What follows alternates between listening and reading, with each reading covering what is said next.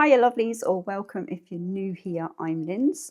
So we are doing a Christmas cake today in the air fryer. I am going to say straight off the bat, if you are a seasoned pro at doing Christmas cakes, then this video is probably not for you. So I have tried this now a couple of times over the last couple of months because ideally I wanted it out about a month at least ago. So for those people that would like to feed their cake every couple of weeks, if you don't know what that means, basically it means you cook your cake, you put it into some sort of a container, and every week or 2 weeks you put a drizzle of alcohol or something over the top, and it just infuses it in bits and pieces like that. This is a cake that you still could do that if, depending on when you're watching this, maybe in a year's time. Or it can be left for a couple of days and then decorated, and then it's good for Christmas Day. So it's one of them ones where you don't have to feed it. It's completely up to yourself. So I have done a few things to start off with just to save a little bit of time and faffing around. Basically, in this saucepan here, I have a mix that I bought from Lidl, I do believe. Now, any type of your mixed fruit mixes or anything like that will probably do. But this one here, and Cameron's going to pick that up, is the Deluxe Brandy Soaked Fruit Mix. Now, it has a bit of everything in it, and I really like that one. I am going to pop all the list of ingredients and variations and stuff like that in a pinned comment down below. But we get into this bit. So in here then I have 250 grams, I should know, I've made this cake quite a lot now, of this brandy soaked mix. Now it is dry in the packet, so it does need a little bit of something. This is where your variations can come in. There's 100 ml of liquid in with this, so you could either do 50 ml of some sort of don't know whether you can hear that, but the dogs are deciding they're kicking off in the background. It's real life here, it's what happens. So where was I? You could put in this maybe 50 ml if you want of a spirit. So brandy, whiskey, sherry, something like that. And then about 50 ml of orange juice is what I've done. Or you can put in just your 100 ml of orange juice or apple juice, depending. If you're not using anything alcohol-based at all, then just use your standard mixed fruit mix with bits of peel and stuff in it, and use either apple juice or orange juice. There we go, we'll get there in the end. So basically, what I done with this, you can see that in there, is I put my fruit in, I put the liquid in, and then I boiled it and slightly simmered it then for maybe 5 minutes. I turned the heat off. Now I have a ceramic hob, so it kind of retains its heat, and that kind of just left it to it uncovered, and that's what we have.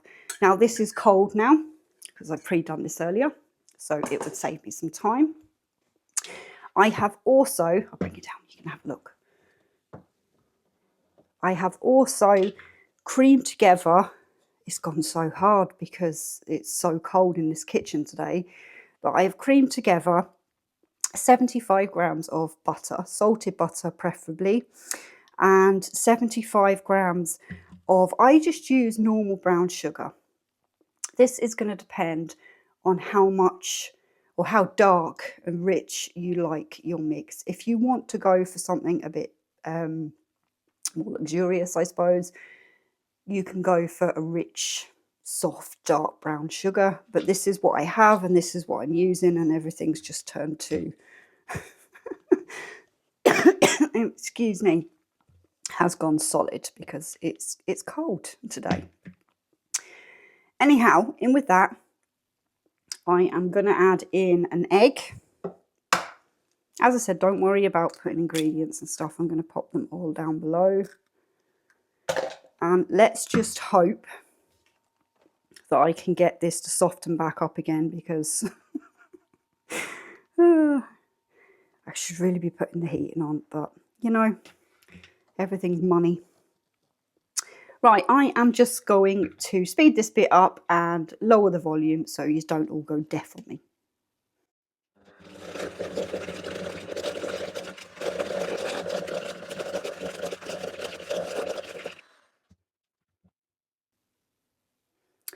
Now, in with this now, I have 75 grams of self-raising flour. So I'm just literally going to throw all that in. Allspice, not to be confused with mixed spice. I suppose it could be if you wanted it to. But I am putting in 1 teaspoon of that. And then I have, if you just have normal ground cinnamon, then normal ground cinnamon will work. I found this when I was in Tesco's, which is ground sweet cinnamon. So I'm going to pop one of them in. And now we're going to mix again.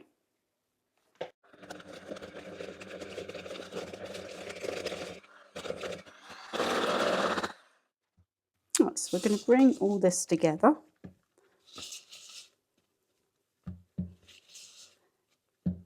As you can see, there's not much mix in there, which is typical for a real solid fruit cake. I am now going ahead and I'm going to add in this fruit mix.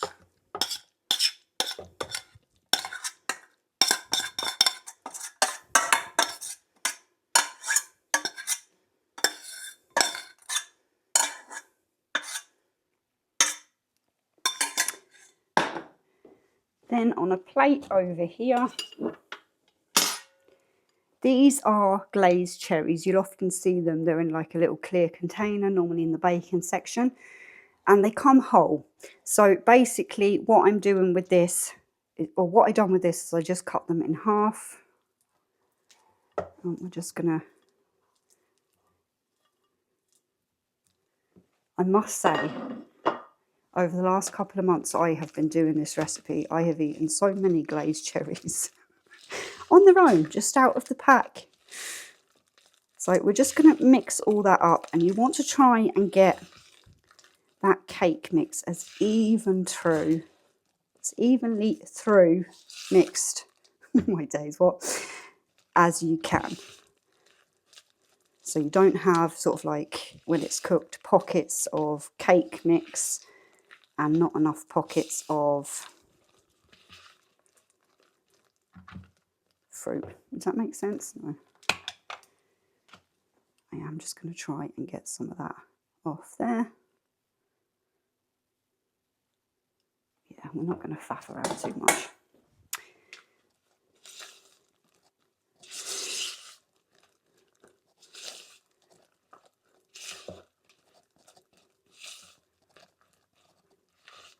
Now, already pre-lined, I have here a 6-inch stainless steel cake tin. Now, I will link these down below. I'm not sure whether, you know, you've enough time now to get them. As I said, I did want this video out sooner, but unfortunately, it's just not the way things went. We are going to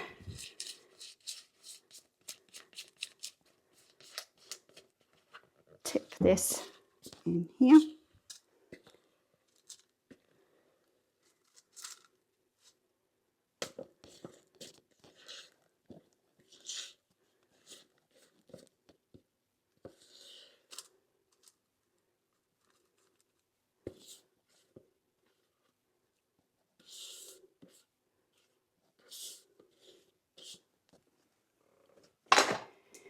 And we want to try and level that out.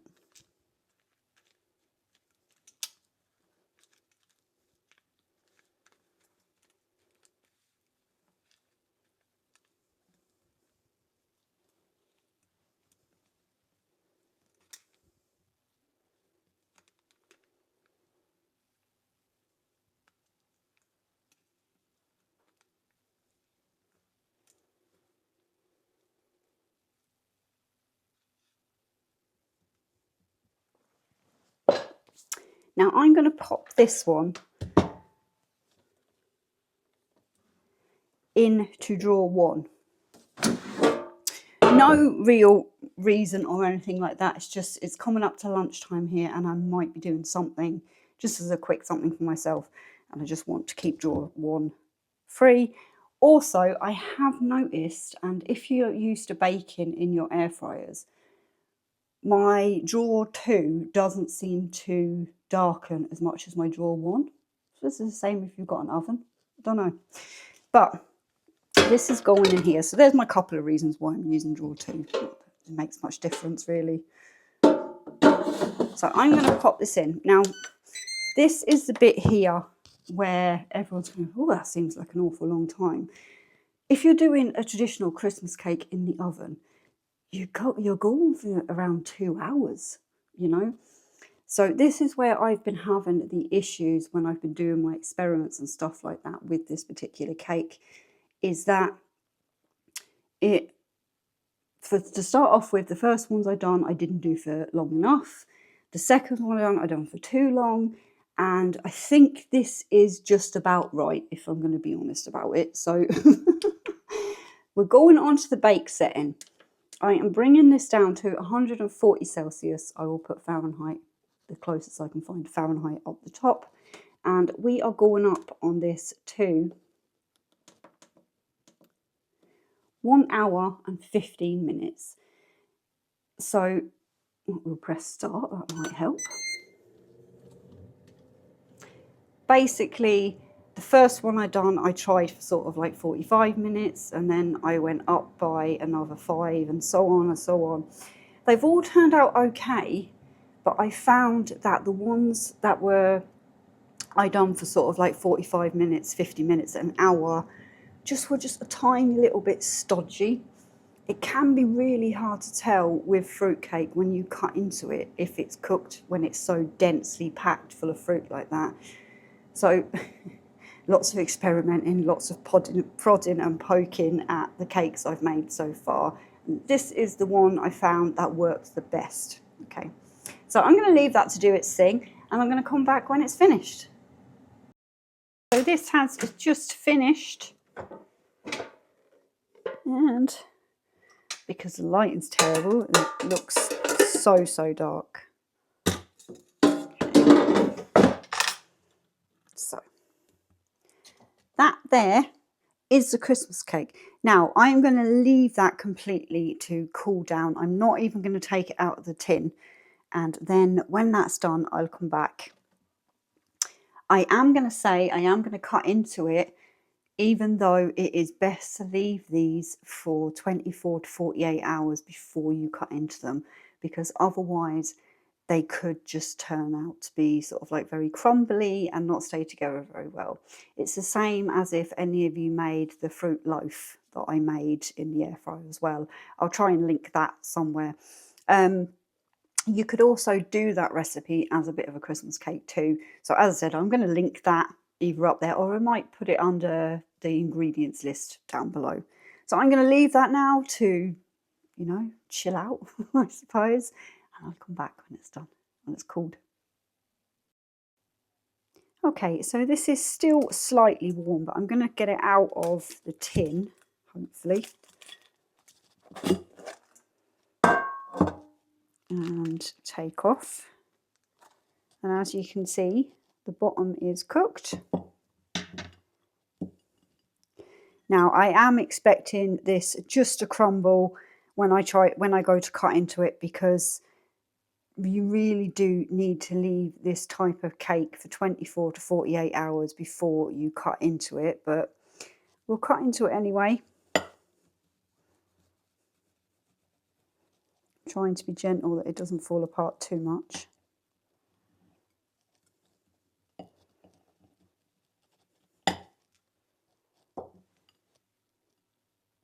Now, and there we have, as you can see, it's falling apart. But there is Christmas cake. Falling apart Christmas cake.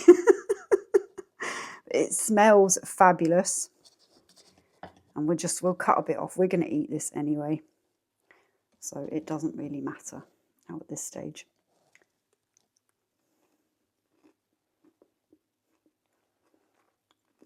It was just so nice. And if you've been here a while, you would have heard me say in other videos that I wasn't a big fan of sort of like fruit cakes and things like that. That has changed, so maybe my taste buds have changed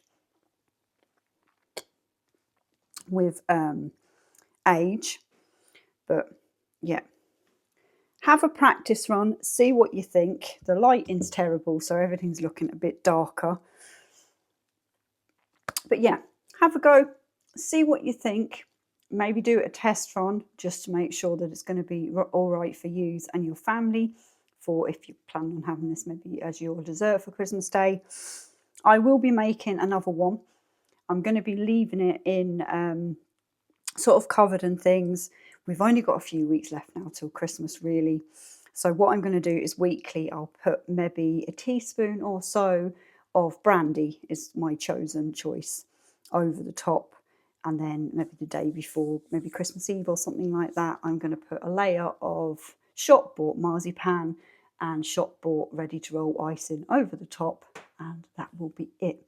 I will do my best to try and share things like my Christmas and stuff with yous as we get a bit closer to that.